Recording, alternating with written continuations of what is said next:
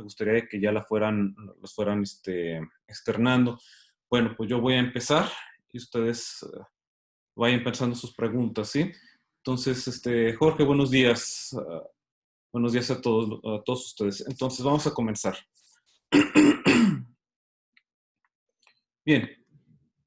Nos quedamos ayer que estábamos platicando sobre los linfocitos. Y unos linfocitos que tenemos en este grupo son los linfocitos NK, que son los natural killers.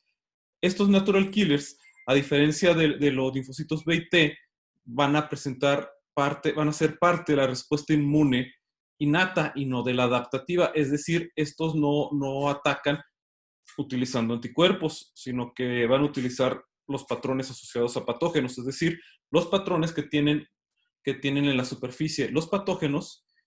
Estas células los van a detectar de manera innata, no van a buscar las adaptaciones, o sino también estos microorganismos, estas células, perdón, van a buscar los anticuerpos de que estén opsonizados. Entonces, cualquier microorganismo que esté marcado con anticuerpos, estos natural killers los van a matar, ¿sí?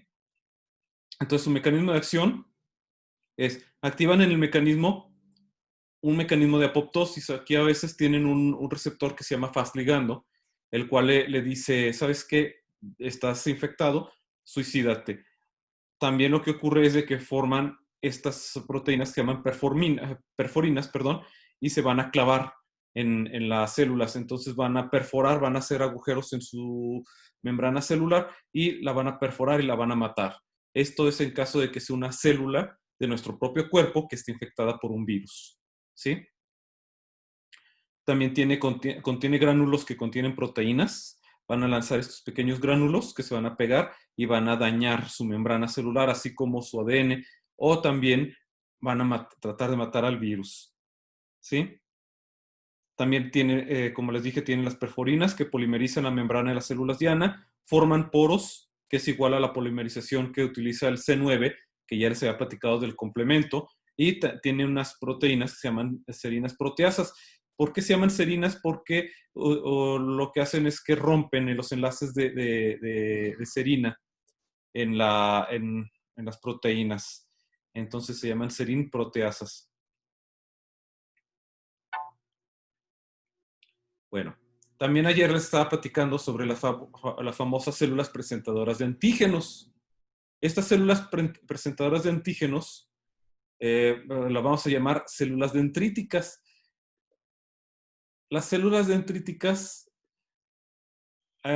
tienen la función de estar buscando por todo el tejido, arrastrarse por entre las células y buscar fragmentos o buscar células ajenas a nuestro cuerpo. Entonces, una vez que las detectan, van y se las presentan a los linfocitos, y los linfocitos se encargan de producir entonces anticuerpos. Entonces, por eso es que estas células se les llaman células presentadoras de antígenos y que tienen estas formas como de amebas, ¿sí?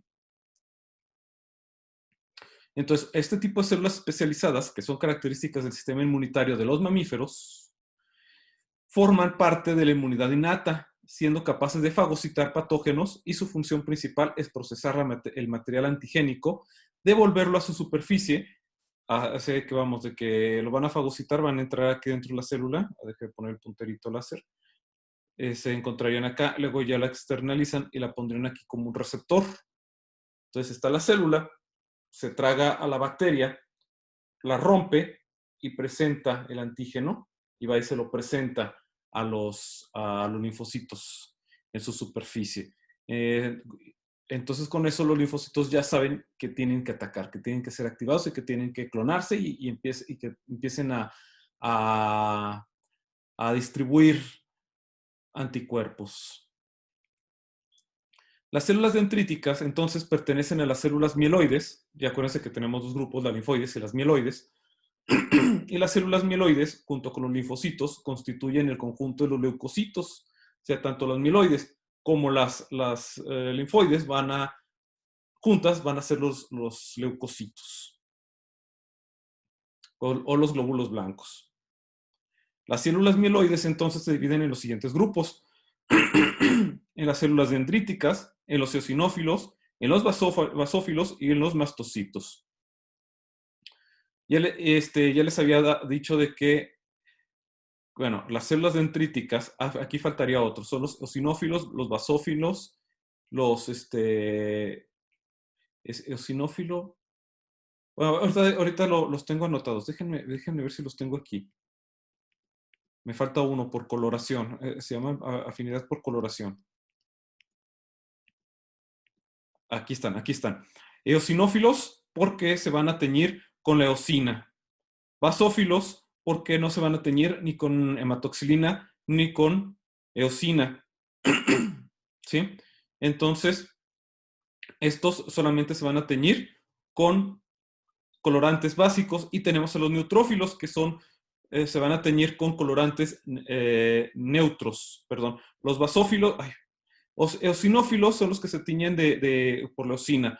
Los basófilos se van a teñir por la hematoxilina, que son los colorantes básicos, y los neutrófilos no se van a teñir ni con eosina ni con hematoxilina, pero que se van a teñir con colorantes neutros. Sí. Y vamos a tener también a los mastocitos y a otros que se llaman monocitos. Bueno, como otros grupos, como otros glóbulos blancos, las células dendríticas derivan de las células hematopoieticas, es decir, vienen de las células que se producen en la médula roja en los huesos largos. Estas van a ser migratorias porque cuando son inmaduras, su función es estar buscando constantemente patógenos, al medio que los rodea. Entonces, cuando lo encuentran, maduran y migran hacia los ganglios linfáticos, donde encuentran los linfocitos, migran a los ganglios linfáticos, por ejemplo, aquí en nuestra piel, migran hacia los ganglios linfáticos, en los ganglios linfáticos van a presentar sus antígenos a los linfocitos T se van a activar y van a empezar a producirse, ¿sí?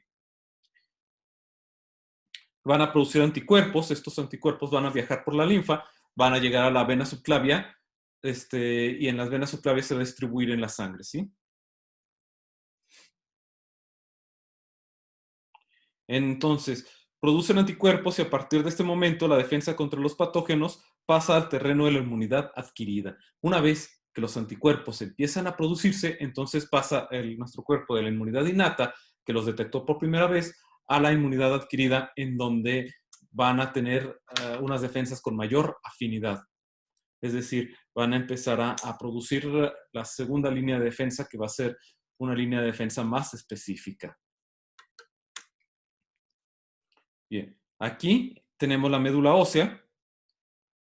Bueno, cabe aclarar de que el sistema inmune no solamente nos defiende de microorganismos, sino que también participa en la remodelación de tejidos y también participa en la embriogénesis.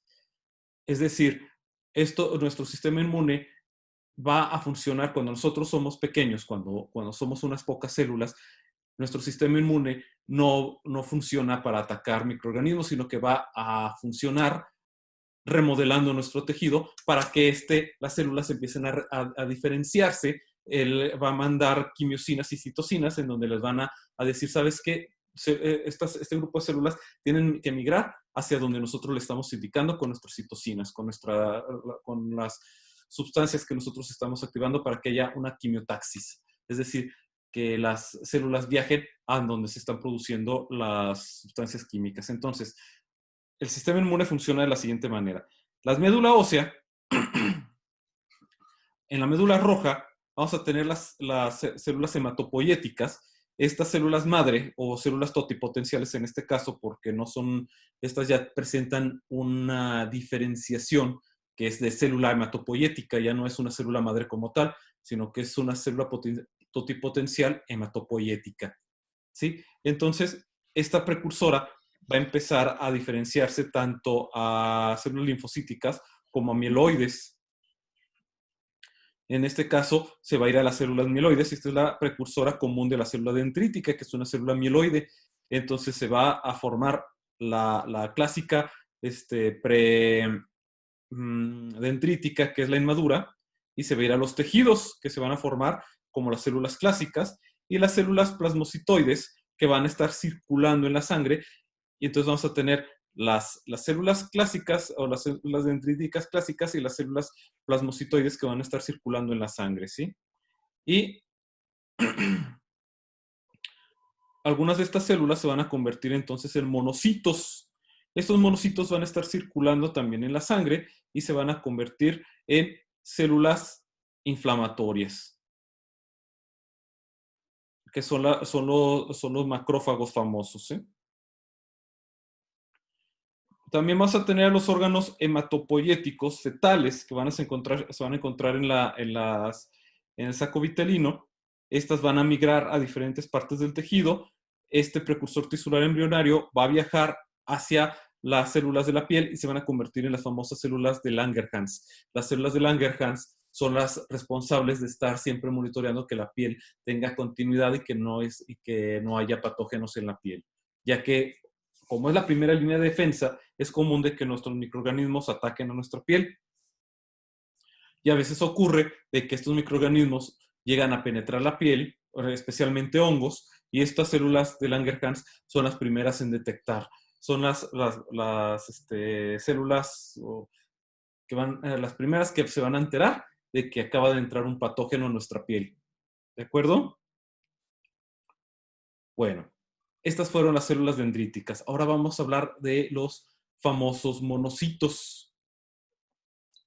Los monocitos son células también de la respuesta inmune innata, al igual que las células dendríticas. Nada más que las células dendríticas, cabe decir, me voy a regresar un poquito, estas células son responsables de entregarle los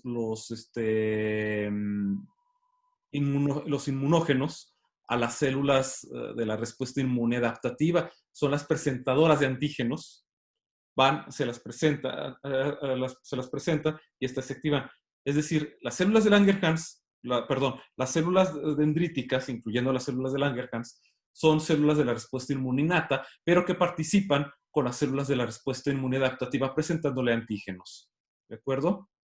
Bien, entonces los monocitos, estos monocitos van a estar circulando en la sangre y hay tres tipos. Los M1, los M0, M1 y M2. Bueno, cuatro tipos, vamos a dejarlo en eso. M0, M1, M2 y M3. M0 van a ser los monocitos que están circulando en la sangre.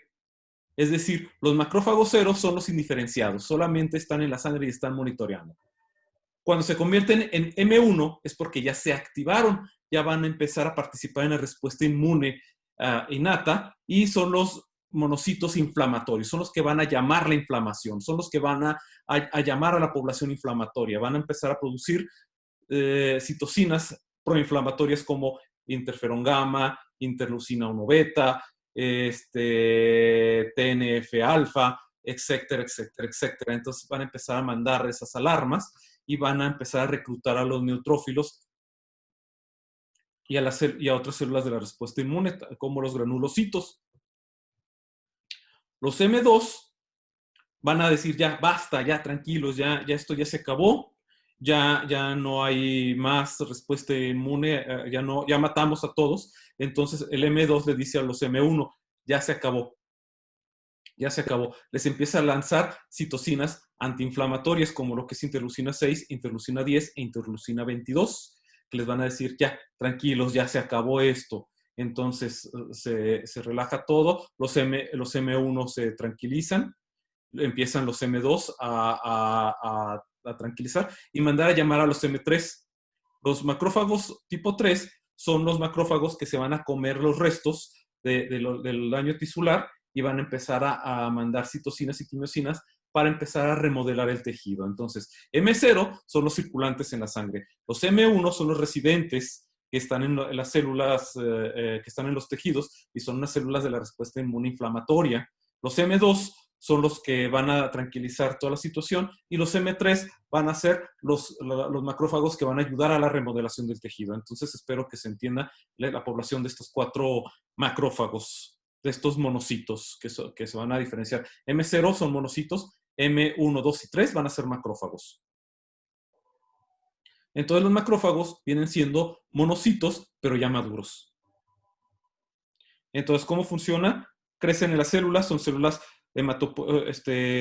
son células precursoras de las células dendríticas, ¿sí? Las células dendríticas son los precursores de estos monocitos.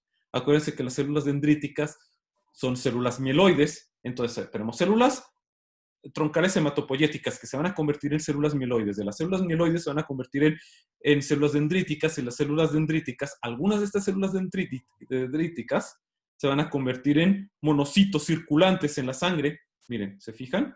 Aquí. Que teníamos a las pre-CD clásicas, a las CD plasmoides y una tercera población que van a ser los monocitos. Bueno, pues estos monocitos van a circular en la sangre, que tienen como precursor las células dendríticas, y van a llegar a los tejidos, en donde se van a convertir en macrófagos, y de los macrófagos, que son los M0, se pasan a ser M1 o M2 o M3, según la situación se requiera. Resulta que durante el desarrollo embrionario, estas células van a viajar también en la sangre, pero estas células, en vez de estar circulando en la sangre constantemente, se van a diferenciar y se van a ir a los tejidos y se van a convertir en los macrófagos residentes. Es decir, estos siempre se van a quedar allí. Entonces es como si cada órgano tuviera su propia guardia de seguridad que va a estar ahí residente y quedándose permanentemente. Y estos van a ser capaces de reclutar a más monocitos circulantes en la sangre. Pero curiosamente en los libros vamos a encontrar a los macrófagos residentes con otros nombres y no los vamos a llamar macrófagos, sino que en el cerebro los vamos a encontrar como células de la microglía. Sí, nuestro cerebro van a tener macrófagos residentes que se les van a llamar microglías. Nuestro hígado van a tener células residentes, macrófagos, que se van a llamar células de Kupffer. En los pulmones se van a llamar macrófagos alveolares, y en el vaso se van a llamar macrófagos sinusoidales. Pero a fin de cuentas son macrófagos residentes en los tejidos. ¿De acuerdo? Nuestro cerebro se va a quedar con sus microglías, nuestro hígado con las Kupffers, los pulmones con los macrófagos alveolares, y nuestro vaso con los macrófagos sinusoidales. Entonces hay que tomar en cuenta de que simplemente son macrófagos, pero con otros nombres que les pusieron algunos autores de algunos libros. Si ustedes me ponen, por ejemplo, yo les digo, ¿cuáles son las células que se encuentran en los tejidos? Pues basta ustedes con que me digan, pues son macrófagos residentes en los tejidos, ¿sí?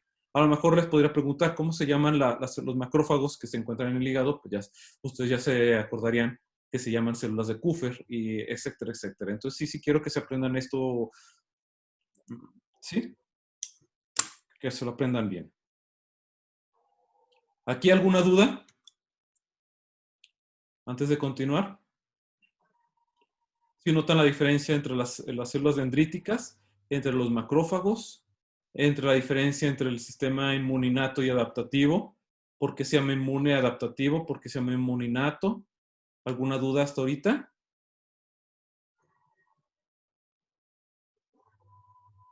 ¿Están dormidos? No, profe, todo bien. Estefanía, muy bien. Tengo 28 participantes de los 40 que debería de tener. Así que alguno de ustedes que obviamente les interesa algo, ¿nadie tiene dudas? Pues parece que ahorita no, pero van a surgir. Van a surgir. Y yo voy a continuar, pero ustedes son libres de externarme sus dudas, ¿de acuerdo? Por cierto, mandé un libro por el chat. Si ustedes entraron después y este libro no aparece, al rato se los vuelvo a mandar, ¿de acuerdo? Para que lo tengan todos ustedes. Es el libro de Abbas. Bien, entonces, los monocitos son un grupo de glóbulos blancos que son leucocitos. Son agranulocitos. Recuérdense que les mencioné de que había dos grupos, granulocitos y agranulocitos. Bueno, todavía no se los digo, pero se los voy a decir posteriormente. Los agranulocitos no tienen gránulos, no lanzan esos gránulos como línea de defensa, sino que simplemente su citoplasma no los tiene. Todos los macrófagos lo que hacen es que literalmente, como su nombre lo dice, van a tragar, van a comer. Son macrófagos, macro, grandes, fagos, grandes comelones, así lo llamaríamos literalmente. Entonces, los monocitos son los leucocitos de mayor tamaño, llegando a medir 18 micras, es decir, más grande que las bacterias, que son de 0.5 micras, ¿se acuerdan? Pero más pequeños que las amebas, que son de 40 micras. Entonces, cuando a las bacterias se la comen completa y a las amebas se juntan en su citoplasma y le empiezan a matar, le empiezan a morder, empiezan a atacarla químicamente, etcétera, etcétera. ¿Por qué? Resulta que los monocitos, si no tienen granulocitos, pero sí tienen compuestos que pueden dañar a las células, utilizan especies reactivas de oxígeno, es decir, utilizan una especie de agua oxigenada, si ustedes así lo quieren llamar, y se la lanzan al citoplasma para causar esos daños. Sí, eso es una de las maneras en que estas células atacan, con especies reactivas de oxígeno, es decir, una especie de peróxido de hidrógeno, es decir, una especie de agua oxigenada, para que más o menos se den una idea. El sistema fagocítico mononuclear, es decir, todas las células monocíticas forman un sistema. Este sistema le vamos a llamar sistema fagocítico mononuclear y está constituido por monocitos circulantes que están en la sangre y los macrófagos tisulares que llegaron allí cuando nosotros éramos unos embriones. ¿Sí? Los monocitos circulantes son los que se van a convertir en M0, M1, M2 y M3, y los macrófagos tisulares son los que ya llegaron allí como residentes, que van a estar residentes en nuestras células. Ya les dije, los pulmones, son los macrófagos, son los macrófagos alveolares, nuestro hígado, las células de Kupffer, en el cerebro son los microglías, etcétera, etcétera, etcétera, ¿sí? Los promonocitos, es decir, antes de los monocitos, van a estar en la médula ósea y cuando maduran, salen de ella, diferenciándose en monocitos ya en la sangre cuando empiezan a circular, que al cabo de unas 8 horas emigran a distintos tejidos donde se convierten en los famosos macrófagos. Como características destacables, presenta un núcleo en general arriñonado, lobulado o cerebriforme, que como forma de cerebro, eso es lo que ustedes empiezan a dudar de la palabra. O sea, ¿qué es eso? ¿Qué es cerebriforme? Pues es forma de cerebro. Que se tiñe irregularmente en forma de rejilla o reticular de color violeta azulado. Miren, fíjense aquí que se ven aquí unos retículos de color más claro de lo que es la célula, el núcleo, perdón. Usualmente el núcleo guarda una proporción de 2:1 en el área con respecto al citoplasma, es decir, que la célula, que es el todo, el 100%, pues va a ocupar más de la mitad. ¿Sí? Va más de la mitad. Entonces eso quiere decir que el núcleo es muy grande y el citoplasma es muy pequeño. Además que es muy grande, miren, vean los eritrocitos y vean el tamaño que tienen estos macrófagos, son muchísimo más grandes que los eritrocitos. El citoplasma es abundante y de color gris azulado. Miren, vean cómo está el citoplasma, pudiendo estar acompañado de vacuolas blanquecinas. Aquí se ven las vacuolas. Miren, aquí se ve una serie de vacuolitas. ¿Sí? Entonces, cuando ustedes vean frotis de sangre, van a ver las diferentes poblaciones, de las cuales, si ustedes ven una célula de color azul grande, con el núcleo riñonado único, que ocupa más del 50% de la célula, ténganlo en cuenta. Esto es un macrófago. O es un monocito, en realidad, no podemos diferenciar. Acuérdense que cuando están circulando en la sangre no se llaman macrófagos, eso tengo que aclarárselos a ustedes, se le van a llamar monocitos. Cuando están circulantes en sangre, se van a llamar monocitos. Porque muchos colegas, incluso doctores, me dicen, ¿sabes qué? Encontré en la sangre macrófagos. Dice, no, muchacho, no puede ser eso posible, porque no hay macrófagos circulando en la sangre, sino que se llaman monocitos. Los macrófagos solamente los vas a encontrar en el tejido. ¿De acuerdo?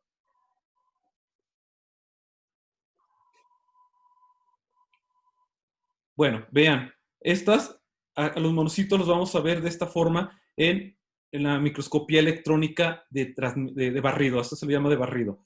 Lo que hace es que el microscopio lanza ondas de radio en la longitud de onda de los rayos X y hace un barrido sobre la superficie de nuestra muestra y refleja esto una especie de receptor Entonces eso hace de que nosotros podamos ver una imagen tridimensional. Y esto nos permite ver entonces la maravillosa estructura que tienen los macrófagos. En vez de verlos aplanaditos y aplastaditos, los vamos a ver en su tercera dimensión. Y así los vamos a ver como pelotitas con una superficie rugosita. Y estas que parecen moneditas son los eritrocitos. Y esta superficie de aquí es una especie de pegamento que se le pone para que se peguen todas estas células, que es un pegamento basado en grafito, no estoy al 100% seguro, pero ahí es un disquito que se llama Stau, en donde le ponen ese pegamento y le ponen el frotis. Y después pasa por todo el proceso que se necesita utilizar por el microscopio y lo meten al microscopio electrónico y nosotros podemos ver estas maravillosas imágenes tridimensionales. Es maravillosa la microscopía electrónica. Y en la Universidad Autónoma de Aguascalientes tenemos uno de los mejores microscopios electrónicos y una de las mejores microscopistas que existen en el país.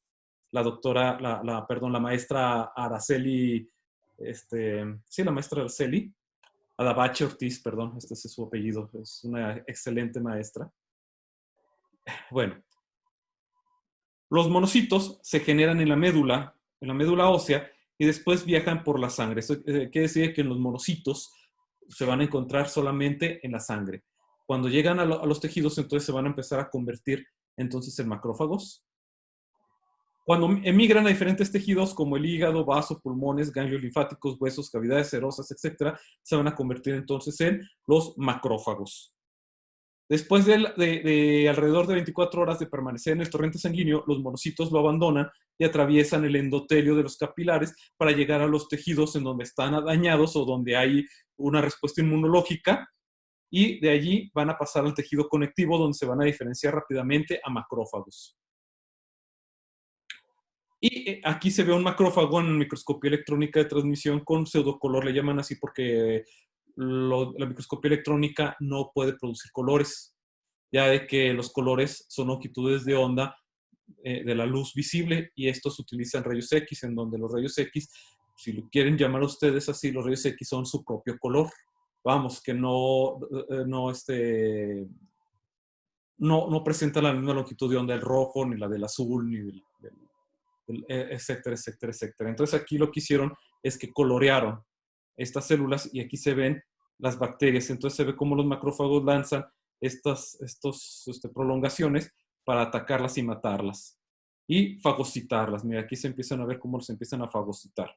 Entonces, la función principal de los macrófagos es fagocitar todos los cuerpos extraños que se introducen en el organismo, como las bacterias y sustancias de desecho de los tejidos mismos. Es decir, cuando un tejido se daña, cuando nosotros nos golpeamos, el tejido se va a dañar y nuestros macrófagos van a eliminar, se van a comer todo el tejido dañado y van a ayudar a que haya un tejido nuevo, ayudando a que haya una inflamación, a que las células, que los macrófagos vayan y se comen el tejido dañado, y los mismos macrófagos van a ayudar a remodelar los nuevos tejidos. Entonces, cuando nosotros nos cortamos, se llama una lesión, es una lesión abierta al exterior, al cual va a presentar microorganismos, ¿sí? Pero cuando nosotros nos golpeamos y no se revienta la piel y se forma un hematoma, a eso se llama lesión estéril. La lesión estéril quiere decir de que no hay microorganismos, pero igual va a haber una inflamación, y eso se va a llamar inflamación estéril también. Es una lesión estéril con inflamación estéril. ¿Hasta aquí todo bien? Alguien me dijo de que no lo subestimara, perdón, no lo va a subestimar, pero sí les voy a estar haciendo preguntas. Yo sé que ustedes son capaces de entender esto, pero al igual no quiero que se me confíen. Voy a continuar mientras ustedes elaboran sus preguntas. Recuerden, ustedes son libres de hacer preguntas. Preguntas de todo tipo dentro de la clase. Y no hay preguntas tontas. E incluso mucha gente me ha hecho preguntas pensando que son preguntas medio tontas, y hasta hay algunos alumnos que hasta se burlan, y resulta que la pregunta es muy buena y que los demás ni siquiera la habían tomado en cuenta. En fin, continúo. Polimorfonucleares o granulocitos. Ya pasamos entonces las células dendríticas, que pueden diferenciarse también en monocitos. Estos son agranulocitos, ya les había dicho. Entonces aquí voy a hablarles de los polimorfonucleares o los granulocitos. Estos van a ser, según el colorante que les vayamos a poner, los vamos a nombrar como neutrófilo porque solamente se tiñe con colores neutros. Los eosinófilos porque se tiñen con eosina y son acidófilos, los eosinófilos. Y los basófilos pues, se van a teñir con hematoxilina, ¿sí? Porque la hematoxilina, acuérdense que es basófila. Ciania, muy bien, sabía que podía contar con usted. Profe, cuando hay una septicemia, los monocitos no pueden controlar la infección. Muchas veces es contraproducente las septicemias. La bacteria, como les dije, crece muchísimo y a veces nuestro cuerpo no puede contra ella, pero hay veces de que la respuesta inmune es a veces hasta peor. Acuérdense que les había dicho que hay que el cuerpo podría causar una alergia. Eso se le llama, déjenme recordarme, denme tantito tiempo para recordar la palabra. Es cuando hay mucha sensibilidad. Acuérdense que hay varias etapas de sensibilidad del sistema inmune. Entonces, cuando ya hablamos de una septicemia, es porque estamos hablando de una sensibilidad nivel 3, es de las más altas. Es cuando nuestro cuerpo se está sobredefendiendo, es muchísimo más fuerte que una alergia.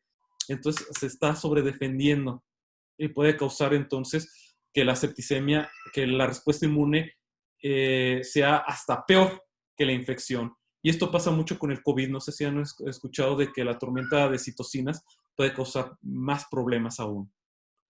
Entonces, sí, la septicemia puede ser cuando se ve rebasado nuestro sistema inmune o cuando nuestro sistema inmune causa también una sobredefensa. Entonces, hay una inflamación masiva y es hasta más problemático.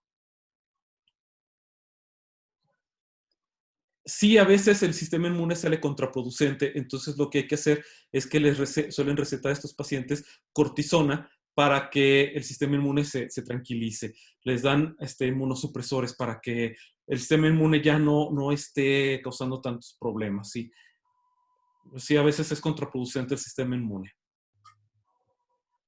Entonces hay que mantener, no es que nosotros no queramos aumentar o disminuir el sistema inmune, hay que mantenerlo en homeostasis. Por eso es que mucha gente dice, es que tienes que tomar esta vitamina C para aumentar tu sistema inmune. Si realmente la vitamina C funcionara, toda la gente estaría alérgica ahorita.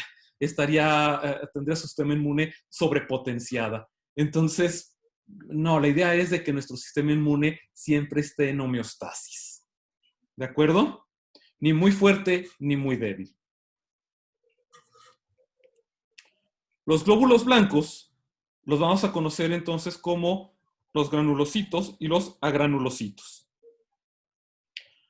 Los polimorfonucleares vamos a encontrarlos a los granulocitos y los mononucleares van a ser los agranulocitos. Los mononucleares se llaman así porque parecen ser un único núcleo y muy grande. Ciania, espero de que haya contestado tu pregunta. Karen, otra pregunta. Muy bien. Profe, y en caso de que lupus, ¿qué es lo que sucede? El lupus es otra cosa. El lupus resulta de que es cuando nuestro sistema inmune ataca a nuestras fibras de colágena. Entonces esta enfermedad se llama enfermedad autoinmune y también empieza a atacar. Diana, es por eso que cuando te hacen exámenes de sangre y salen ciertos niveles de anticuerpos, el doctor te da ciertos medicamentos. Sí, va relacionado con el de Karen, la pregunta de Karen. Entonces, cuando nosotros empezamos a ver que tenemos proteínas C reactivas, que son parte del complemento, más bien, no son parte del complemento, también son proteínas de la respuesta inmune. Bueno, creo que sí son parte del complemento. Están circulando en la sangre y que opsonizan a nuestros propios tejidos. Tenemos entonces una respuesta autoinmune, que es cuando nuestro sistema inmune ataca a nuestros propios tejidos. Entonces a estas personas les dan inmunosupresores para evitar que nuestro sistema inmune nos ataque a nosotros mismos. ¿de acuerdo? Es por eso de que mucha gente que tiene autoinmunes como el lupus y las artritis les dan inmunosupresores. Entonces, el caso del lupus es cuando nuestros propios anticuerpos atacan a nuestras fibras de colágeno y atacan, se nota primero en la cara, que son la máscara del lobo, pero el problema más grande es de que empieza la piel a perder tonicidad porque el colágeno que la unía al tejido subcutáneo empieza a separarse y empieza a ser más laxo, y entonces nuestra piel se empieza a colgar. Pero el problema más grave con el lupus es que ataca los riñones, entonces empieza a haber glomerulonefritis. Entonces los riñones empiezan a disminuir su capacidad de filtrar. Y la respuesta con Diana es por eso de que hacen exámenes de sangre y cuando salen los anticuerpos altos o sale la proteína C reactiva alta, entonces tienen que darles inmunosupresores. Espero que esto les haya respondido a la pregunta de ustedes dos, que estaba muy relacionada. Continúa y ustedes me contestan, ¿de acuerdo? Entonces tenemos de los glóbulos blancos, de nada, Diana. Entonces, los glóbulos blancos vamos a tener dos poblaciones que van a ser los polimorfonucleares y los mononucleares. Ciania, el lupus no tiene cura. No, solamente se puede controlar. Solamente se puede controlar, jovencita. Lo que están buscando y podría funcionar es que se pueda utilizar una vacuna. La vacuna entonces serviría para utilizar anticuerpos contra anticuerpos, que es posible. Entonces, si nosotros producimos anticuerpos contra estos anticuerpos, podríamos eliminar entonces los anticuerpos que están causando el lupus.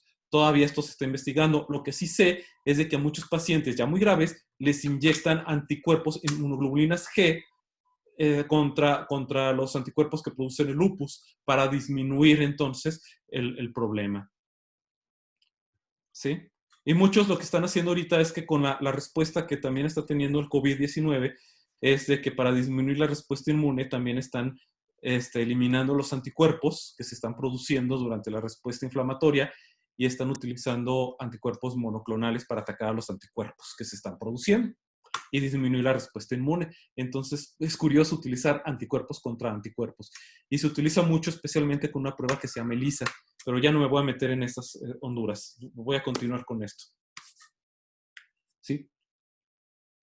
Entonces, los glóbulos blancos vamos a encontrar a los polimorfonucleares, que van a ser los granulocitos, y los mononucleares, que van a ser los agranulocitos.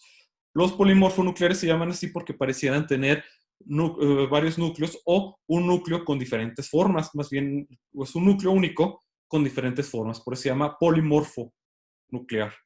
Entonces lo vamos a encontrar los neutrófilos, que van a ser riñonaditos, que van a tener esta forma, y son el 62% de las células de la respuesta inmune en la sangre. Vamos a encontrar los eosinófilos, que van a tener esta forma, arreñonada también, pero vean, van a tener estos granulocitos y van a ser de color naranja, y es el 2.3% de las células sanguíneas. Y vamos a encontrar los basófilos, que también van a tener estos gránulos, y también es conocido como los mastocitos. Y van a tener estos gránulos, y es el 4% de la población. Y vamos a tener a los mononucleares. Los mononucleares van a ser las células dendríticas y los monocitos. Y vamos a encontrar que son granulocitos también. Entonces los monocitos van a tener esta forma y los linfocitos B y T, que también pertenecen a los granulocitos, van a tener esta forma también de núcleo grande y van a ser el 30% de la población circulante en la sangre. Entonces, tenemos a los monocitos, que son el 5.3% de los que están circulando en la sangre, y los macrófagos los vamos a encontrar en mayor cantidad, pero en los tejidos. Bien. Estos nombres se derivan de la característica que los granulocitos van a tener gránulos en su citoplasma que contienen enzimas, que van a tener van a tener enzimas proteolíticas que van a liberarse en el momento de que tienen contacto con las células externas de nuestro cuerpo, sean bacterias, sean protozoarios, sean parásitos. Y los mononucleares van a ser macrófagos o van a ser productores de anticuerpos en caso de los linfocitos B y T.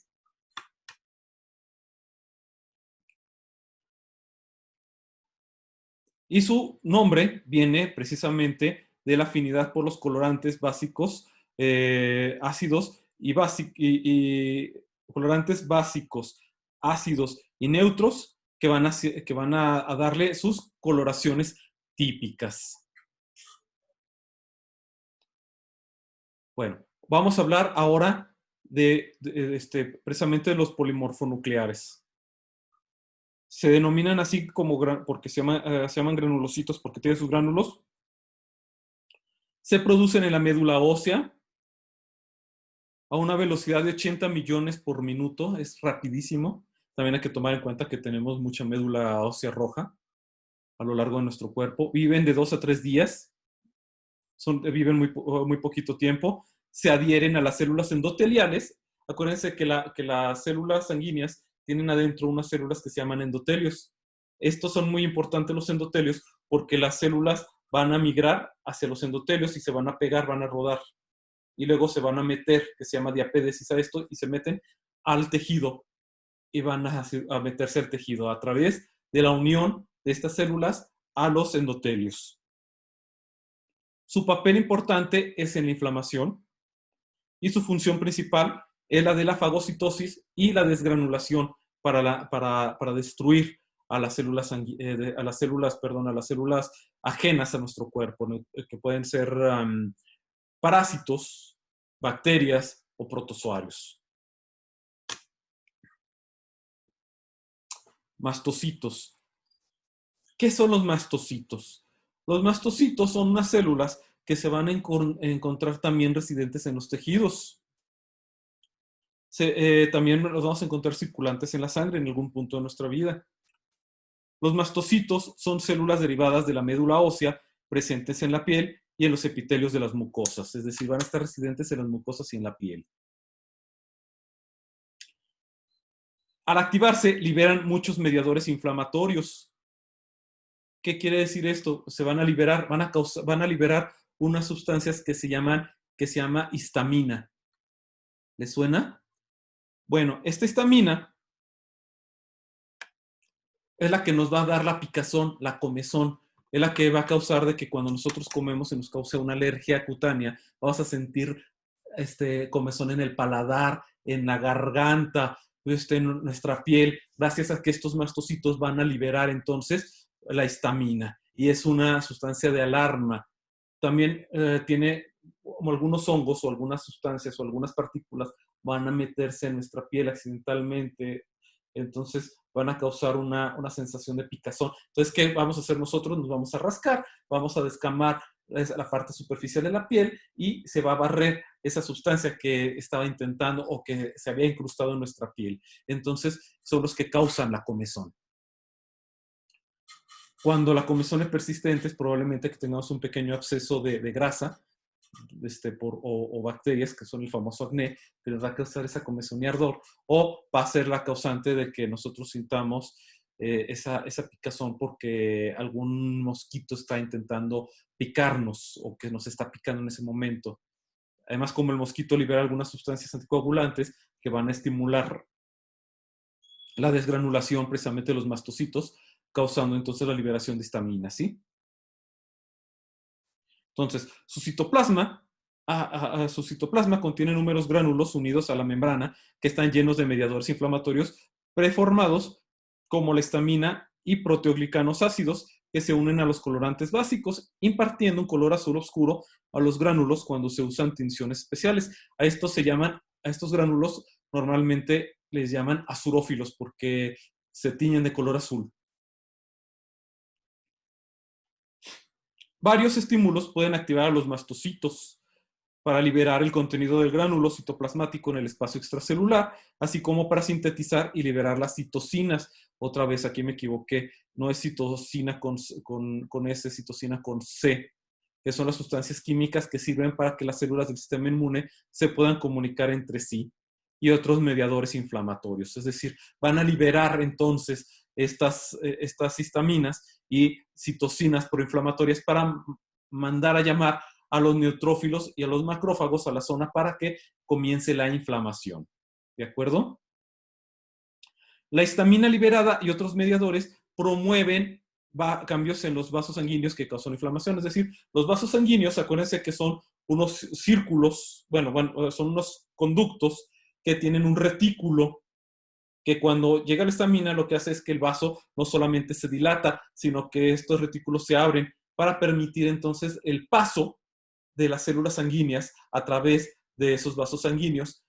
A esto se le llama diapédesis. Además que el endotelio se va a activar y va a producir unas proteínas que van a permitir que las células de la respuesta inmune se peguen al endotelio y lo atraviesen. Este fenómeno se le llama la diapédesis. Entonces la histamina es la responsable de la picazón, de la comezón.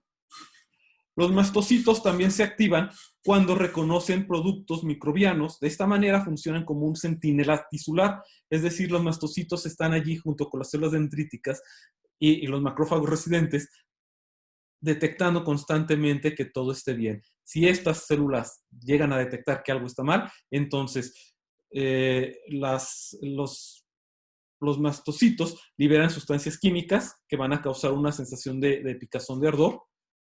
Los macrófagos van a tratar de matar a la bacteria y las células dendríticas le van a presentar el antígeno a los linfocitos T, que van a producir entonces anticuerpos y van a activar a los linfocitos B, que van a liberar también anticuerpos y empieza pues la respuesta inflamatoria. Vean cómo todo se relaciona, cómo todos están conectados entre sí. ¿Sí?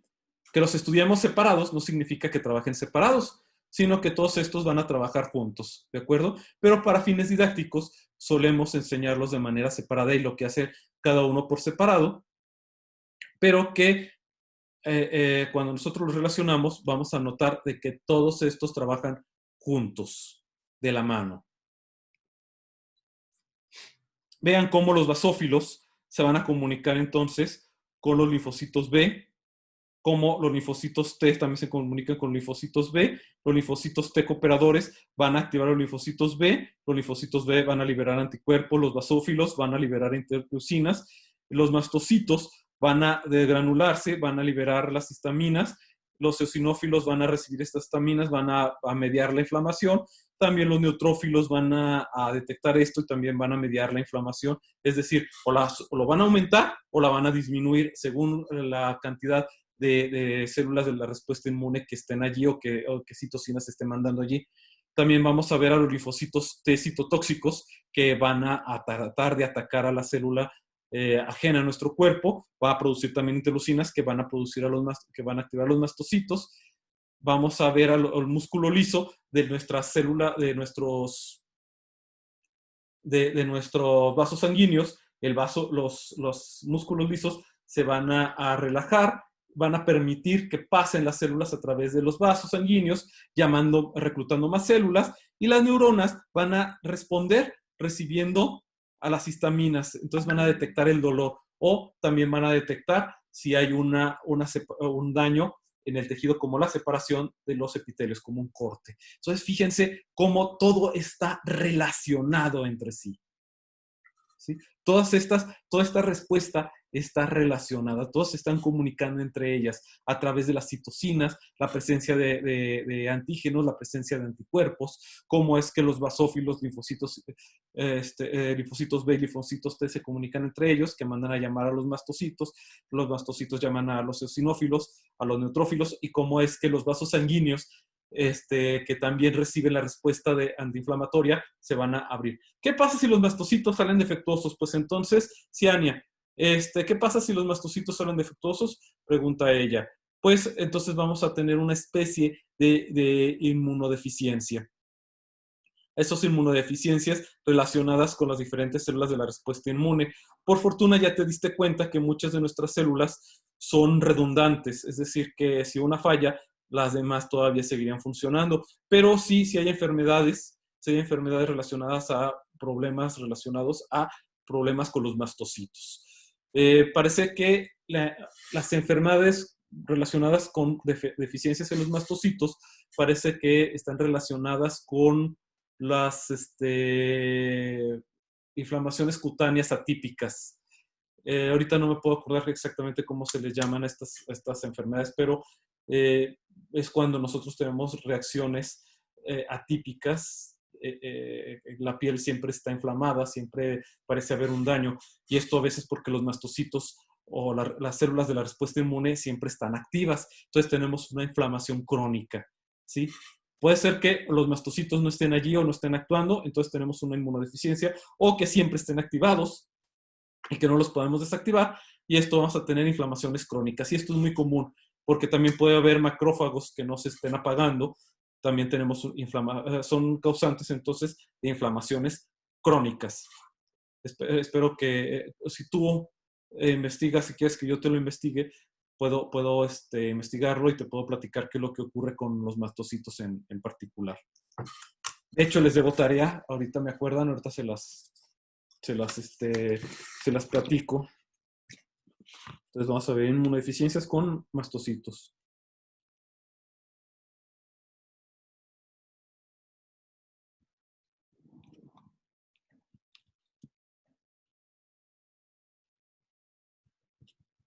Muy bien.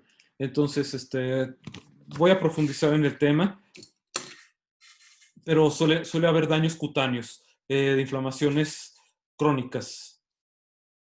No pueden salir al sol, tienen que estarse poniendo cremas, etcétera. Son muchos problemas relacionados con problemas inmunes. Bueno. Órganos linfoides. Los órganos, espérame tantito, ahorita regreso, no me tardo.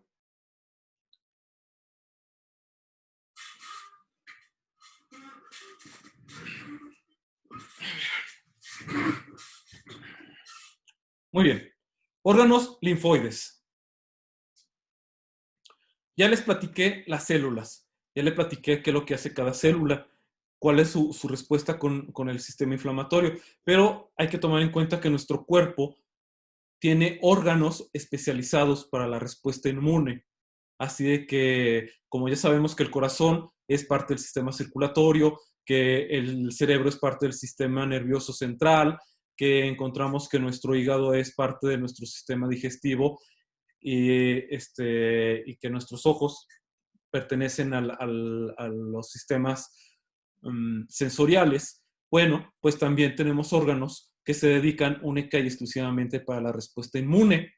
Entonces les voy a platicar sobre los órganos linfoides. Por cierto, Ciania, espero que haya contestado tu pregunta. Y a lo mejor te confundí un poquito más. En fin,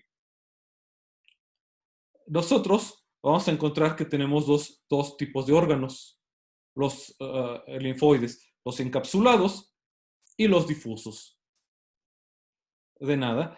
Entonces, los encapsulados van a ser órganos que tienen sus fronteras bien definidas, que tienen su cápsula, de eso es lo que estamos hablando, que forman esa cápsula, que están ahí, que es un órgano que nosotros, si hiciéramos cirugía, lo podríamos sacar completamente de allí. O sea, sería muy fácil de ver.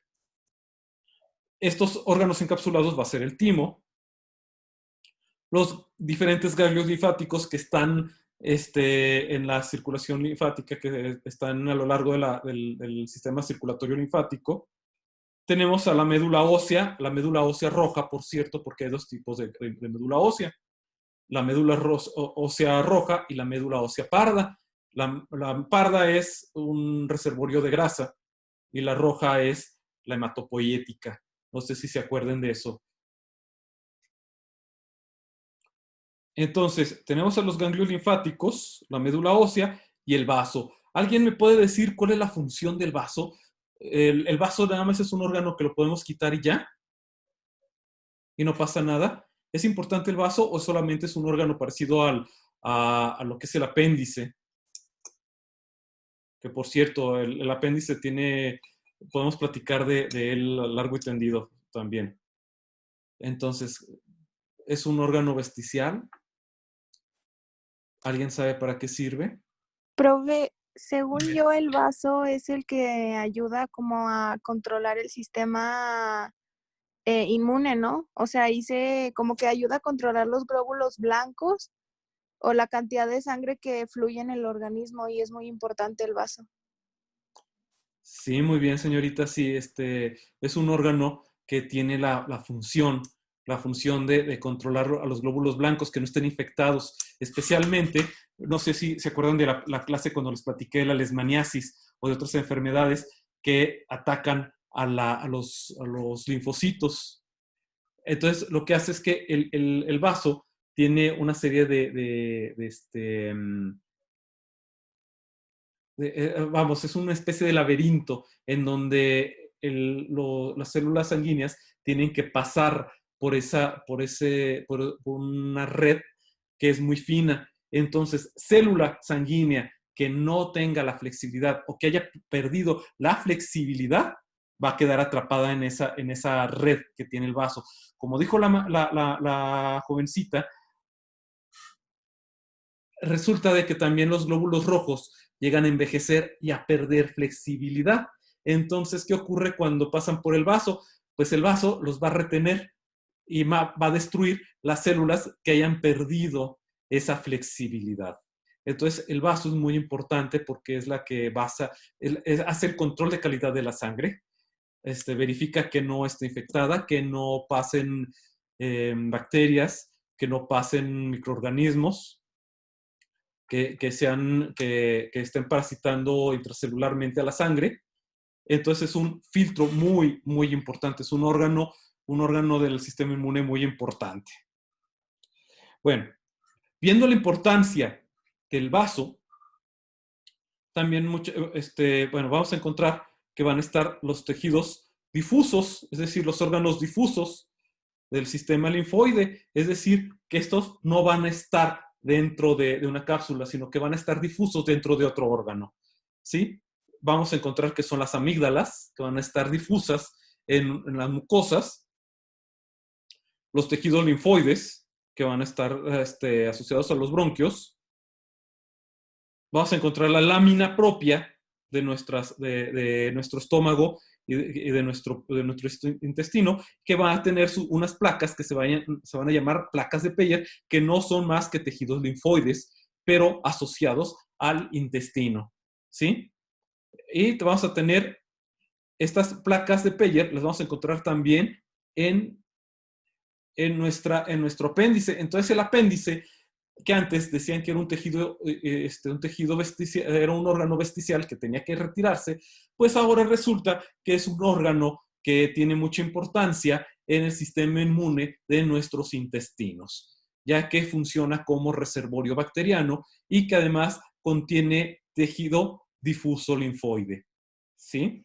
Y nuestro tejido urogenital, que también va a tener tejido linfoide que va a controlar la población bacteriana y fúngica y parasitaria en las regiones del tejido genitourinario. Entonces, los encapsulados son los que van a tener su cápsula, va a ser el timo, el ganglio, los ganglios linfáticos, la médula ósea, el vaso. Y de los difusos vamos a encontrar que son las amígdalas, los tejidos linfoides asociados a bronquios, la lámina propia, las placas de Peyer, que no son más que tejidos asociados a tejidos linfoides asociados, pero al tejido del intestino y al tejido urogenital linfoide.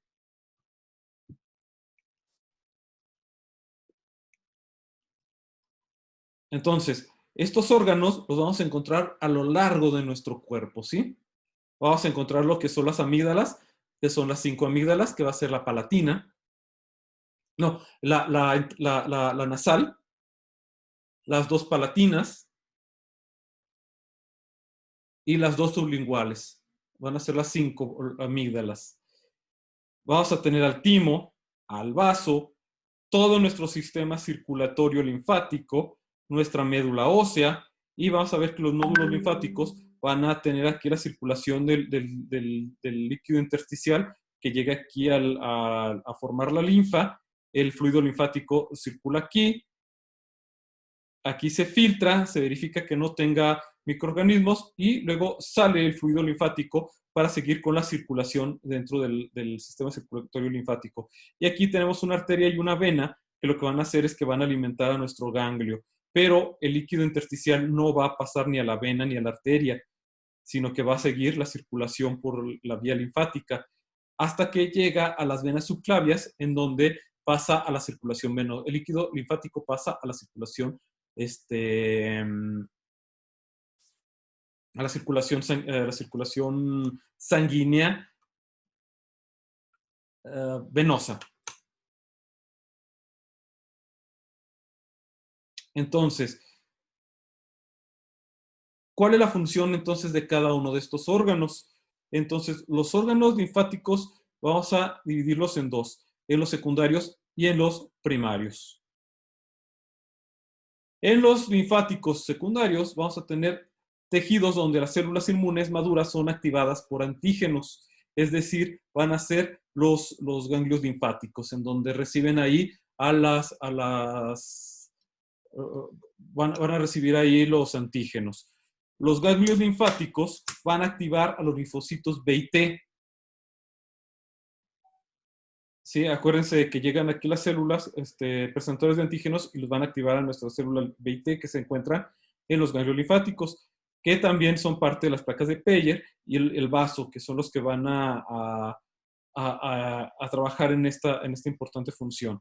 Y los órganos linfáticos primarios vamos a encontrar los tejidos de desarrollo y maduración de células inmunes, como es el timo. El timo y la médula ósea son centros de creación de células de la respuesta inmune, además que tienen la función de entrenarlas. El timo, hasta la adolescencia, se encarga de madurar a los linfocitos T y las células les van a presentar antígenos propios a estas células. Si estas células reaccionan o se adhieren a nuestros propios antígenos, entonces lo que van a hacer es que van a hacer una edición, les van a cortar las partes que están adhiriéndose. En caso que estas células sigan presentando afinidad, estas células las van a matar, las van a destruir, porque la idea es de que no presenten autoinmunidad. No queremos lupus en nuestro cuerpo, ¿verdad? Entonces, estas células que presenten en sus centros de entrenamiento afinidad a nuestros propios antígenos son editadas o son destruidas. Y en la médula ósea también vamos a encontrar el origen de la mayoría de las células inmunes. Como ya les dije, vamos a tener a los linfocitos B, a los linfocitos, a las células mieloides, a las células linfoides, y ahí es donde se van a producir todas estas poblaciones. Entonces, una vez que el timo deja de funcionar bien después de la adolescencia, entonces la médula ósea roja va a tomar la batuta, va a continuar con su producción y con su entrenamiento. Entonces, dentro de la pregunta que decía Ciania, que qué pasa si los mastocitos salen defectuosos, bueno, más bien aquí te la voy a ampliar un poquito. ¿Qué pasa si las células de la respuesta inmune en general se vuelven defectuosas? Pues entonces vamos a tener problemas muy graves de inmunodeficiencia, tanto de que nosotros no podamos defendernos, como que nuestro sistema se va a volver en contra de nosotros. Entonces es por eso que nosotros necesitamos estos órganos linfoides que van a ser los centros de entrenamiento y de selección que van a permitir que solamente las células más sanas, las células sanas, sean las que pasen entonces a funcionar en nuestro cuerpo.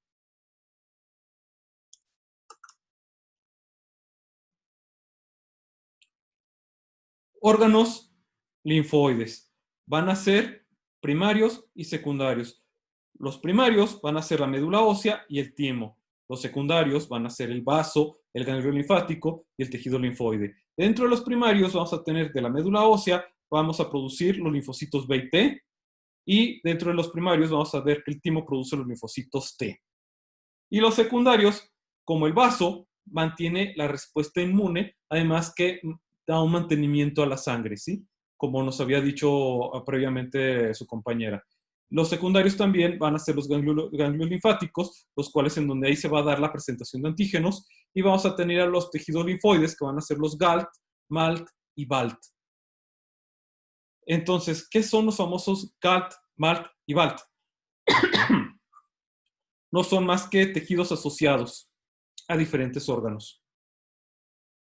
El MALT es tejido linfoide asociado a mucosas. Es el tejido asociado a mucosas, linfoide, es el que defiende las mucosas. El GALT es el tejido linfoide asociado al tubo digestivo, el que tenemos en nuestro intestino, las placas de Peyer. El BALT es el tejido linfoide asociado a los bronquios, los que están en los pulmones. El NALT es el tejido linfoide asociado a la nariz o a la cavidad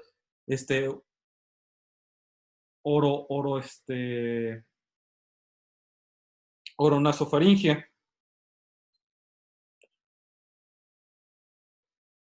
Sí, es oronasofaringea. Muy bien. La NALT es el tejido linfoide asociado a la nariz. Y el CALT es el tejido linfoide asociado a la conjuntiva, es decir, al blanco de los ojos. No se metan en broncas. Esto simplemente se los digo porque encontré este esquema y daba estas siglas y yo quería saber exactamente qué eran estas siglas. Entonces aquí las puse, pero lo que yo quiero es que ustedes vean cómo funciona cada uno de estos órganos. Estas siglas pues ya es lo de menos, porque el tejido linfoide está asociado a todas las mucosas, ¿sí? Tanto sea al orofaringeo, al genitourinario, al pulmonar, al intestinal. Entonces, cuando hablamos de tejidos linfoides, vamos a encontrar que son los asociados a las mucosas. Así que hasta ahí. Bueno, vamos a hablar un poco de los mecanismos de la respuesta inmune innata asociado a lo que es el complemento, los macrófagos, neutrófilos. O sea, vamos a recapitular un poquito porque ya lo habíamos visto. Recuerden que tenemos un sistema que es el complemento, que son las proteínas que circulan en la sangre. Tenemos a los macrófagos, que son la primera línea de defensa y que su función va a ser comerse a todo lo que tenga anticuerpos, a todo lo que esté marcado con el complemento, o los mismos macrófagos son capaces de reconocer patrones moleculares asociados a patógenos, o en este caso, como ya les había platicado, que son los golpes que nos damos, va a haber un patrón molecular asociado a daño estéril. Entonces, cuando los macrófagos detectan a partes del complemento, a las células del complemento, a las células cuando detectan que están opsonizadas por los anticuerpos, que tienen patrones moleculares asociados a patógenos o patrones moleculares asociados a daño estéril, los macrófagos van a detectarlo y van a tratar de atacar el daño.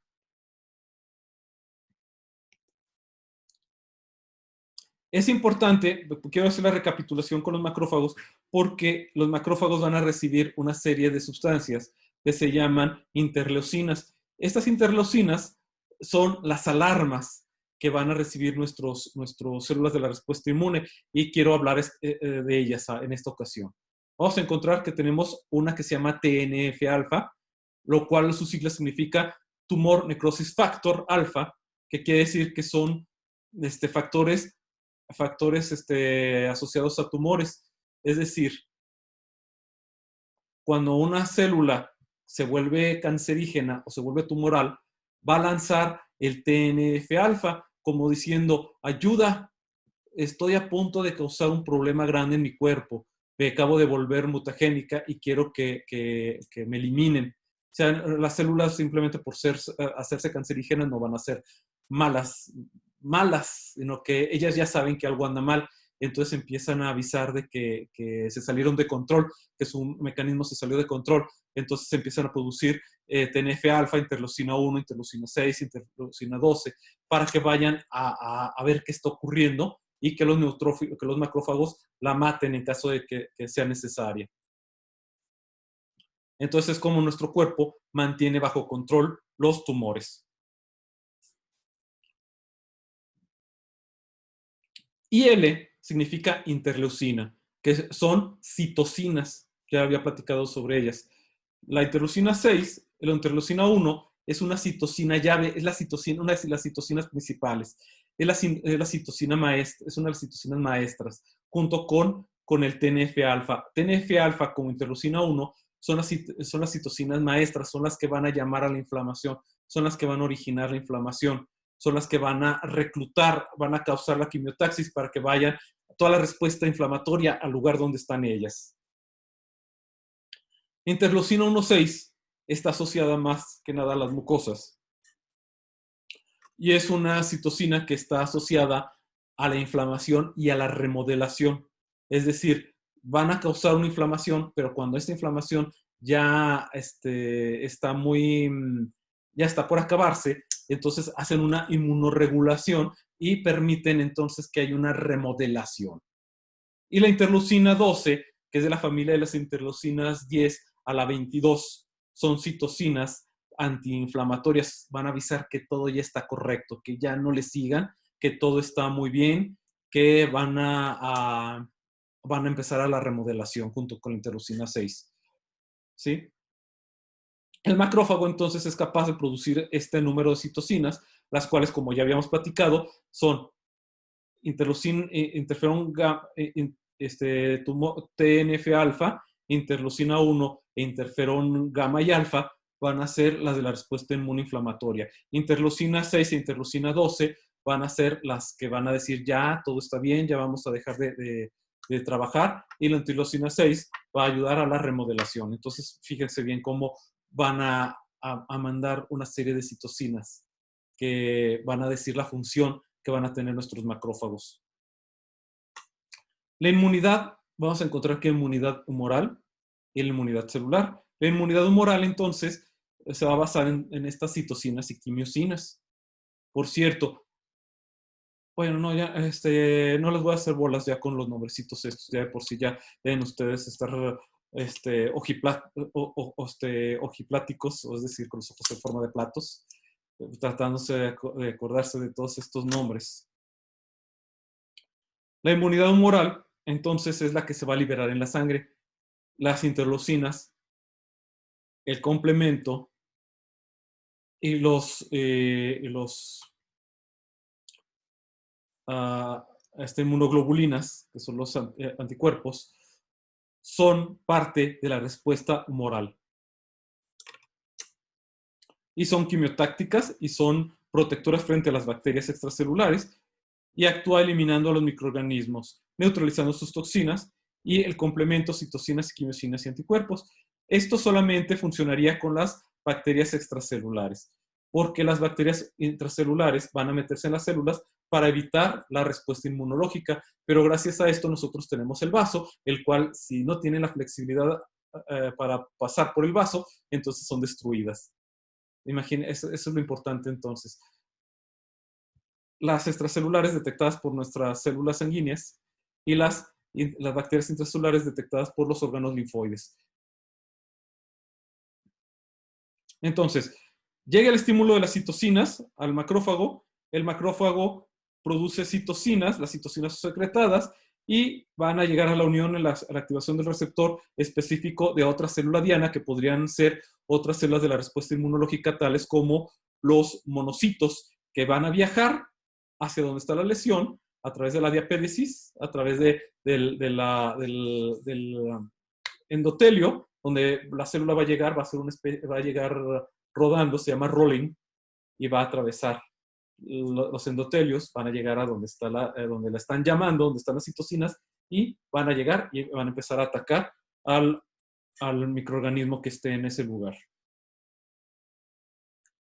Van a llamar a los granulocitos, los cuales van a ser también, van a circular en la sangre, van a llegar al endotelio del vaso sanguíneo, van a hacer el rolling, van a hacer la diapédisis, va a llegar a donde está el microorganismo y se van a desgranular, se van a reventar y van a liberar todos sus granulos, los granulocitos.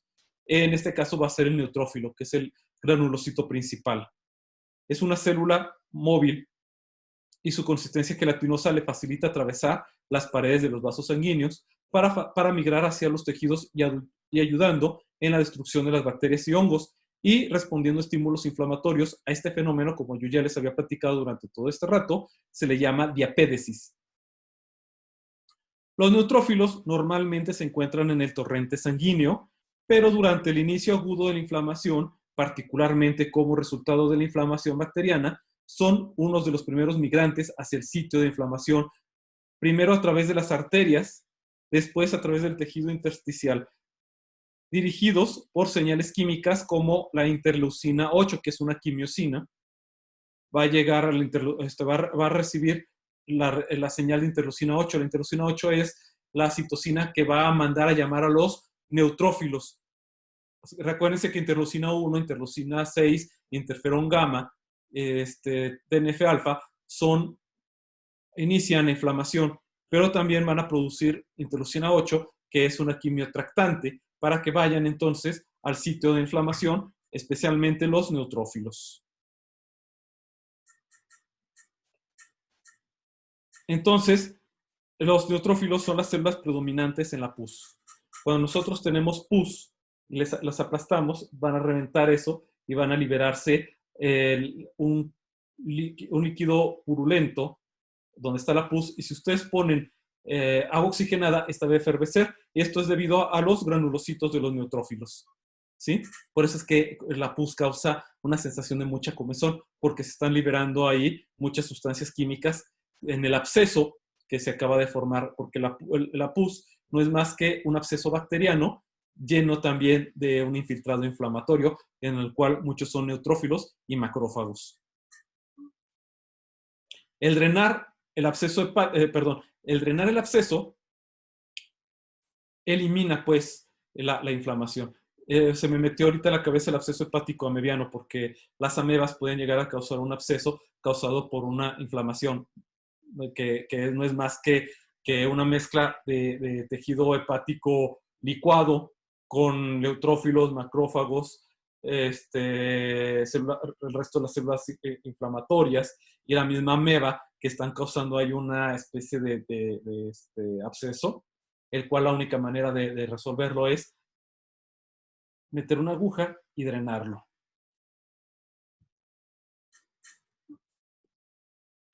Bien, vamos a continuar. ¿Alguna duda aquí, muchachos?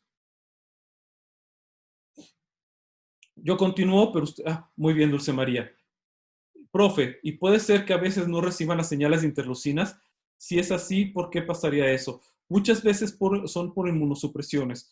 A lo mejor porque la señal está interrumpida también por fármacos. Estamos tomando medicamentos. Normalmente ocurre con los antiinflamatorios, que pueden ser los famosos AINES o que pueden ser los corticosteroides.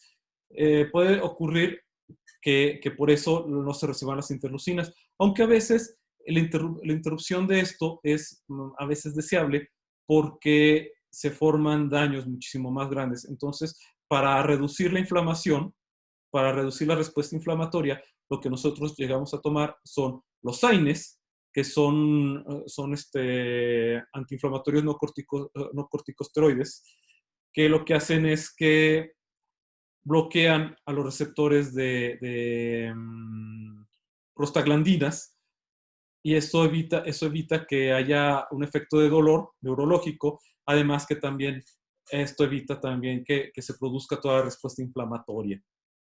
Además que lo que hacen normalmente los antiinflamatorios no esteroideos es que bloquean el dolor y además bloquean la respuesta inflamatoria. Luego vienen los corticosteroides, que a través del cortisol bloquean también la respuesta inflamatoria, evitando de que se produzcan las citocinas y que también hay una respuesta inflamatoria. Y también los opioides, los antiinflamatorios opioides, que bloquean los receptores opioides de las células. Entonces, hay maneras de bloquear.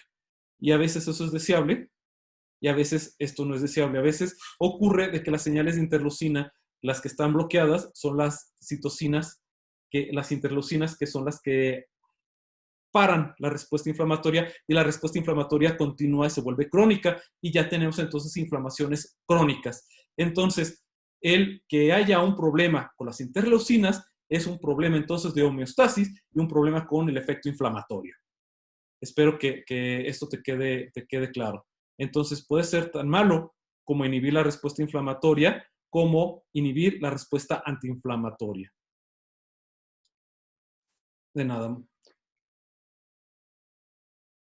Vamos a continuar. Ya vamos a acabar, tranquilos muchachos. Lo que pasa es que quiero acabar con esto para la próxima semana ya acabar con todo, dejarles su tarea, que me hagan la tarea, que por cierto, una vez más, la tarea yo quería dejar trabajo en grupo, pero voy a dejar un trabajo de investigación como la anterior, y ya acabamos. Ya la meto dentro de su Cardex, dentro de su carga de calificaciones, y acabamos ya la materia, ya, al fin.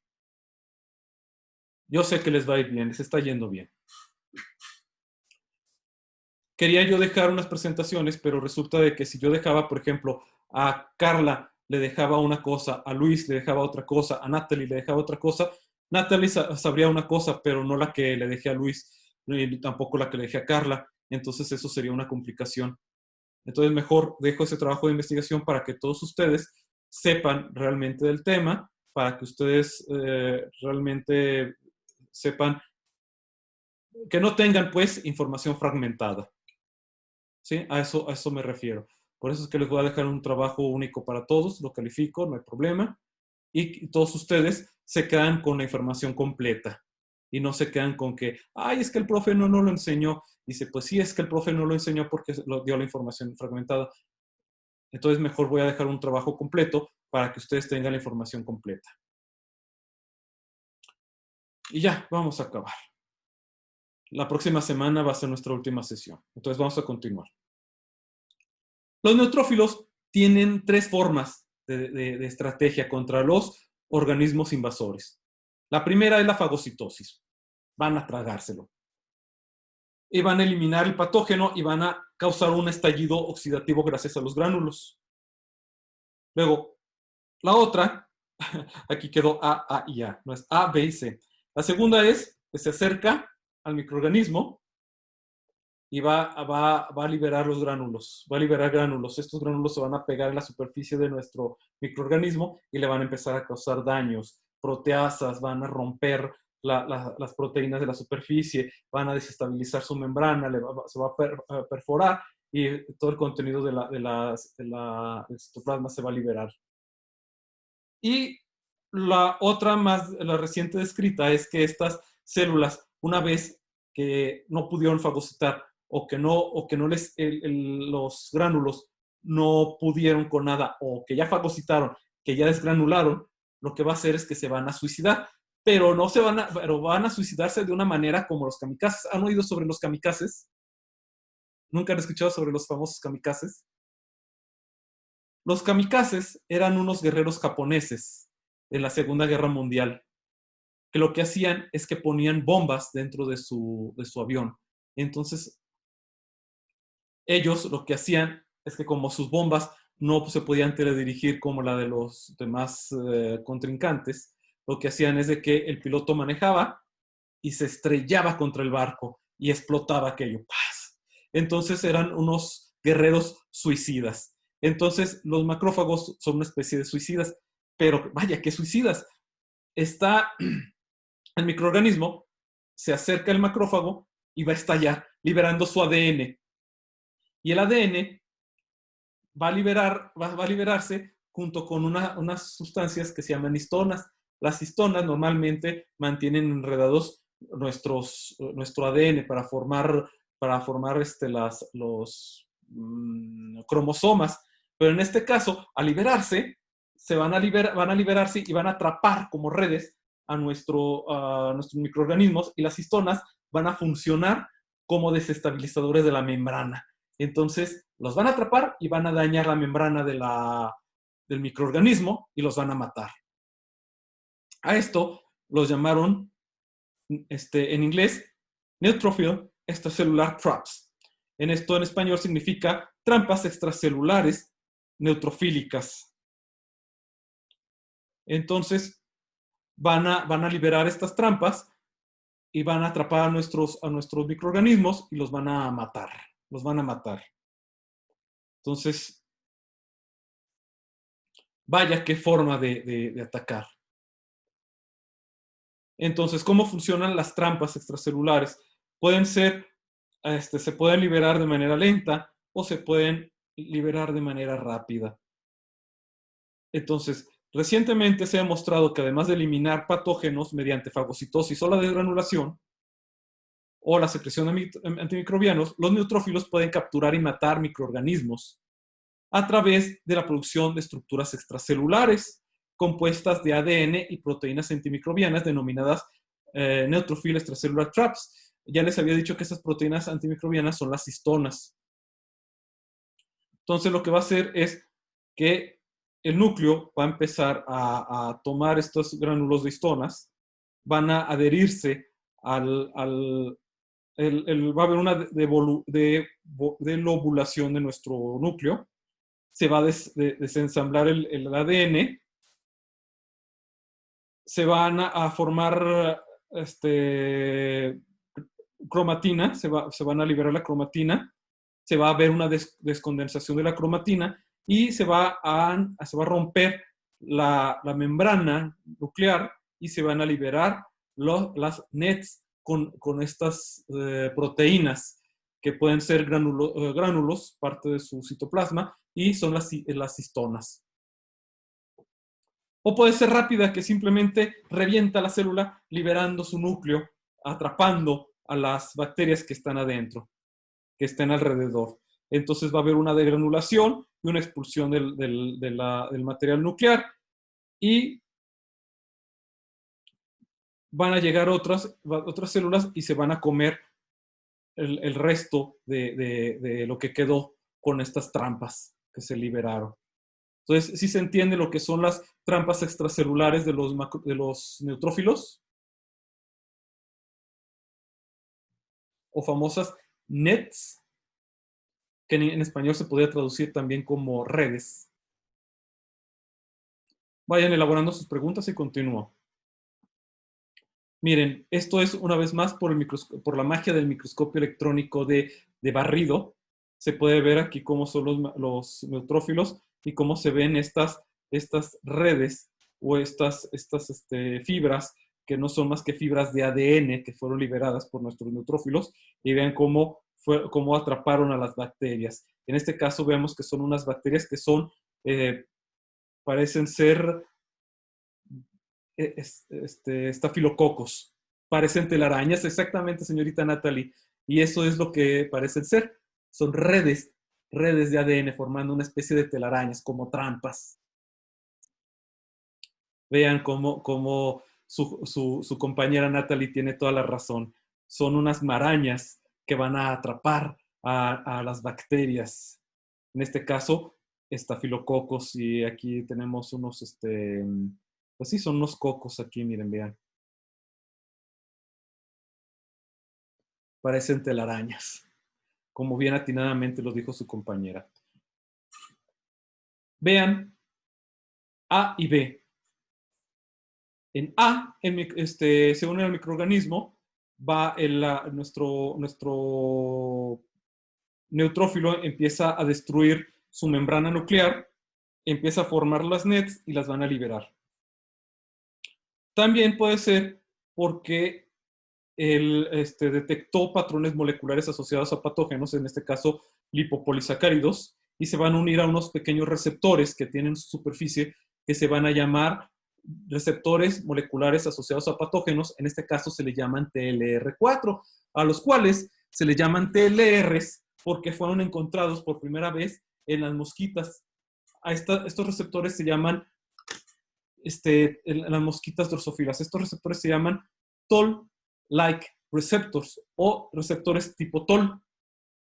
Estos receptores Toll se encontraron originalmente en la mosquita Drosophila melanogaster, y se descubrió que era muy importante para el sistema inmune de la mosquita como para su desarrollo embrionario.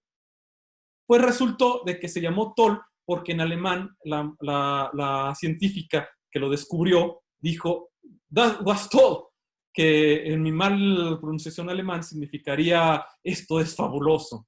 Entonces se quedó como receptor fabuloso o receptor maravilloso o receptor Toll. Y se encontró que nuestro organismo también tiene receptores tipo maravillosos o receptores tipo Toll, al cual les llamamos nosotros TLRs. Quería platicarles la anécdota. Bueno, entonces, cuando el microorganismo detecta a los lipopolisacáridos a través de los TLRs, se van a liberar entonces las NETs. ¿Sí? Como que parecen telarañas. Y vamos a encontrar que los eosinófilos, otros granulocitos, también van a presentar trampas extracelulares, nada más que estas se van a llamar trampas extracelulares de eosinófilos. También detectan al microorganismo y se van a liberar. Todavía, ¿por qué se ve así más cortito? Porque en los eosinófilos todavía el mecanismo todavía falta por describirse bien, entonces suelen ponerlo más cortito. No es porque sea mucho más corto el mecanismo, sino porque todavía la gente todavía no lo describe a plenitud. Todavía hay muchas lagunas de cómo esto ocurre, porque en los NETs sí se conoce bien el mecanismo, pero en los eosinófilos todavía está en investigación. Cuando vean unos esquemas muy completos en una cosa e incompletas en otra cosa, no es más porque el primero está siendo muy bien investigado y en el segundo todavía hay muchas lagunas, todavía falta investigar más.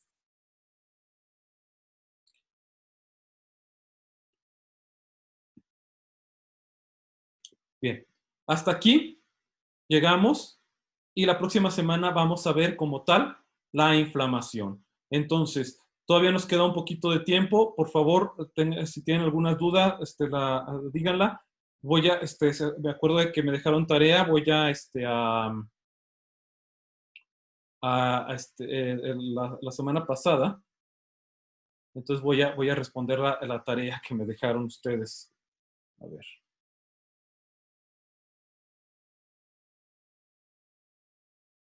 Vayan elaborando ahorita sus dudas mientras se abre el Word donde apunté yo las dudas que me dejaron en las sesiones pasadas.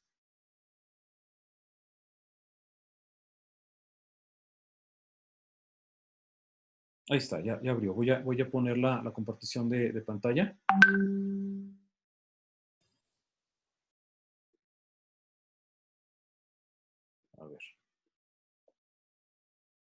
A ver, me dice Jorge. Después de que la NET, ¿qué sucede con las bacterias y el ADN liberado? Bueno, muy buena pregunta, Jorge, muy buena pregunta. Lo que ocurre va a ser es que las bacterias se van a quedar atrapadas y van a ser dañadas. Entonces, ¿qué va a pasar con las bacterias y el ADN liberado? Pues entonces van a tener que ir a limpiarlo. ¿Y quiénes son los limpiadores profesionales? Unas células que podríamos llamar carroñeras, pues van a ser los macrófagos, que van a ir a buscar todo el daño que causó los neutrófilos y van a empezar a comerse el ADN, se lo van a empezar a comer, lo van a degradar y atraído por los patrones moleculares asociados a daño estéril o a ADN, que vendría, no es que el daño no sea estéril, pero pues si es que hay ADN propio, entonces quiere decir de que los macrófagos van a tener que limpiarlo, porque no debe de haber ADN libre. Entonces van los macrófagos y se lo van a empezar a comer, y también se van a comer a las bacterias. Además que también las bacterias ya estaban opsonizadas, ya están marcadas, entonces van a llegar los macrófagos y otras células que hacen fagocitosis y se van a comer lo que esté allí regado, vamos. Son las células que van son las limpiadoras, las carroñeras, las que van a barrer. Neutrófilos y otros macrófagos. Perdón, macrófagos y otros neutrófilos. Espero que eso conteste tu pregunta. Es algo sencilla. Son otras células de la respuesta inmune que se van a encargar de limpiar todo ese daño. Y eso siempre ocurre cuando hay inflamación. sea de diferente tipo. Si fue por granulación, si fue por perforación, si fue por daño estéril, si fue por un daño por bacterias y si fue por NETs. Siempre va a haber neutrófilos y macrófagos que se encarguen de limpiar todo el daño. Y viene después la próxima remodelación y cicatrización. De nada, Jorge. Bueno, entonces, me hicieron unas preguntas. ¿Por qué la anemia hemolítica autoinmune es una enfermedad rara, 10 veces menos frecuente que la púrpura trombocitopénica y que afecta a todas las edades y se caracteriza por una hemólisis de hematíes sensibilizados recubiertas de anticuerpos que son eliminados por el sistema macrofágico, especialmente del vaso? Se me hicieron la pregunta de qué era la anemia hemolítica autoinmune. Clínicamente, la anemia hemolítica autoinmune se caracteriza por ser una anemia de intensidad variable desde muy ligera hasta muy intensa con evolución subaguda acompañada o no de crisis de hemólisis impredecibles. Entonces, la anemia hemolítica autoinmune es causada por la hemólisis que causa pues daños en los eritrocitos. Entonces, nuestro sistema inmune ataca a nuestros eritrocitos y nos deja a nosotros con problemas muy, muy graves. Más bien no es a los eritrocitos, es a las plaquetas, perdón. Y me hicieron otra pregunta. ¿Por qué la púrpura trombocitopénica inmunitaria no se trata en niños? Pues porque normalmente en los niños puede desarrollan trombocitopenia inmunitaria después de una infección viral. Es decir, que en los niños normalmente es por un virus. Entonces lo que se hace es que el niño se le trata para evitar que haya otros problemas, pero no directamente a la trombocitopenia. Entonces, una vez que se elimina el virus de manera normal, que se autolimite, el niño elimina el virus y vuelve a su función normal. Es decir, no se necesita tratar. La trombocitopenia aguda autoinmune sí se trata después de la adolescencia, porque entonces ya estamos hablando de una enfermedad autoinmune que ya se estableció. Si tenían alguna duda, ojalá que haya podido responder la duda, no me acuerdo quién me la hizo, pero espero que se las haya podido responder.